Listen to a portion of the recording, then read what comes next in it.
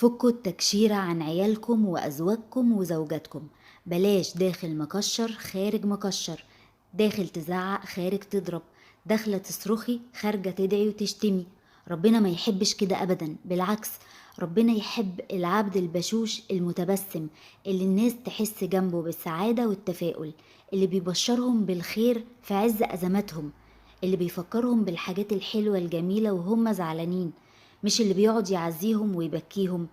رحتي مثلا عزاء، قولي البقاء لله وغيري الموضوع على طول. بلاش هي ماتت ازاي، دي كانت طيبة يا عيني، ده انا لسه شايفاها في التوك توك، ونقعد بقى نعدد سوا، دي كانت بتعمل وبتعمل وبتجيب وبتودي يا عيني، لحد ما اهل الميت يتفحموا من العياط بسبب تعديدك. لا، البقاء لله وغيري، الهيهم في اي حاجة تانية، زي ما الميت اتلهى عنهم خلاص، هو في عالم غير العالم. اسأليها في شغلها، في صحتها، في دراستها، ناقصها حاجة، وهكذا.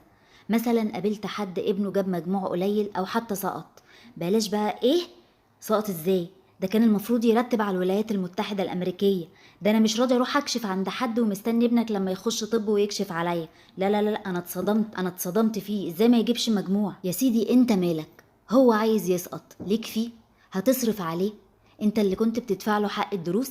أنت اللي كنت بتسهر تلف بداله على السناتر وبتسهر تعمل له قهوة وسندوتشات؟ هيشتغل بياع ترمس، هتزوده ولا هتنقصه؟ ولا انت جاي تشمت بقى وتقوم الاب على عياله عشان يروح البيت يسود عيشتهم؟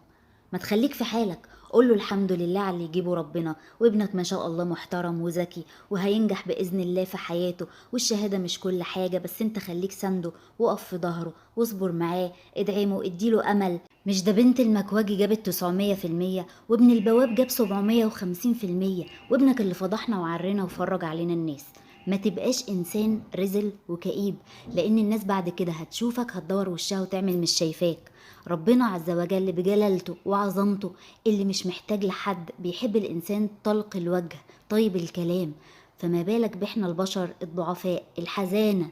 اكيد محتاجين الدعم والكلمة الحلوة، اكيد هنحب الانسان البشوش اللي بيصبرنا، اللي قعدته حلوة وكلامه بلسم ووشه سمح، مش الكشري اللي حواجبه بتسلم على بعض، اللي يقابلنا ما نسمعش منه غير الهم والغم، ويشيلنا حزن على حزننا. الله عليه وسلم قال: لا تحقرن من المعروف شيئا ولو أن تلقى أخاك بوجه طلق، يعني بوجه متبسم بشوش. فرجاء كفاية تكشير وندب وإحباط، مش هتعرفوا تبطلوا غم، يبقى تحبسوا نفسكم في أوضة لوحدكم.